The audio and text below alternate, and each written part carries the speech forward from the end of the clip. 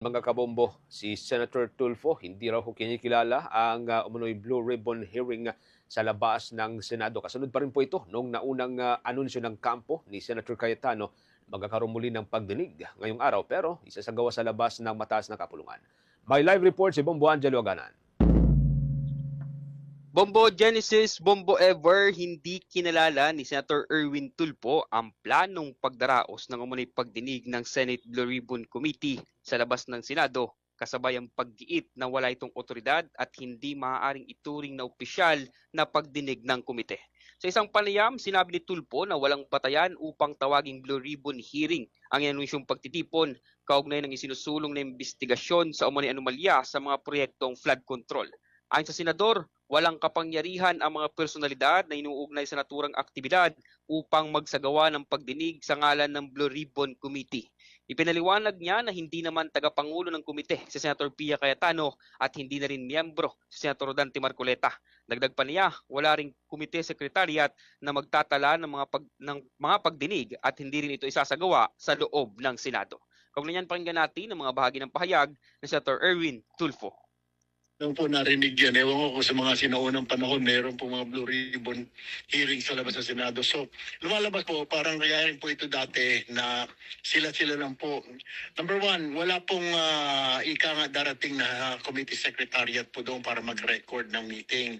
Pangalawa po, hindi naman na po di ba na-deklara na pang all seats vacant. So, hindi na po chairman ng Blue Ribbon si Senador Pia. Gayon din po si Senador Marcoleta. Hindi na rin po sila mga member ng Blue Ribbon. So, ano pa ang otoridad nila para mag-conduct ng Blue Ribbon? So, yun po yung pangatlo, sa labas niya po gagawin. So, malinaw po na ito po hindi Blue Ribbon hearing. Ito po isang press conference. Dahil dito, Bombo Genesis, sinabi ni Tulfo na hindi maituturing na opisyal na pagdinig ng Senado ang naturang aktibidad. Kwestiyon din ng Senador ang panawagang humihingi ng suporta mula sa publiko para sa naturang pagtitipon. Aniya, hindi malinaw kung bakit kinakailangang hikayatin ng mga tao na dumalo at kung ano ang tunay na layunin nito. Nagbabala rin siya na maaaring maapektuhan ng reputasyon ng mga taong mababanggit sa pagtitipon dahil maaaring magbuka itong opisyal na pagdinig kahit wala naman itong kaukulang otoridad. Kasunod nito, sinabi ni Tulfo na pag-aaralan o pinag-aaralan na ng kanilang legal team kung may sapat na batayan upang magsampa ng kaukulang kaso laban sa mga nasa likod ng aktibidad. Muli pakinggan natin ang mga bahagi ng pahayag ni Senator Erwin Tulfo. Tinitignan pa ho namin, titignan ko po leadership kung meron pong paglabag. Pero initially po, we're looking at usurpation of authority po yun, yung ginagawa niya po na gano'n. Unless kung sasabihin niya, pinost ko lang dahil inutusan ako ng minority o ng grupo ng Senator Cayetano, kaya pinost ko lang, siniyat ko lang. So pwede po kasi sabihin yun. Bakit niya po kailangan na ika nga may support? Anong dahilan? Yun po yung sinasabi natin. Ano po ang dahilan para panoorin siya ng panoorin yung hearingan na yan? Ayoko pong tawagin na Blue Ribbon hearing po yan. Pero yun po ba ang dahilan? Kaya humingi siya ng suporta para mapanood siya ng mga tao. Kaya yun yung nakaraan na ito sa sham, ito sa illegal gathering. O kung gathering, it's not illegal. Pero kung sinasabing hearing, it was illegal.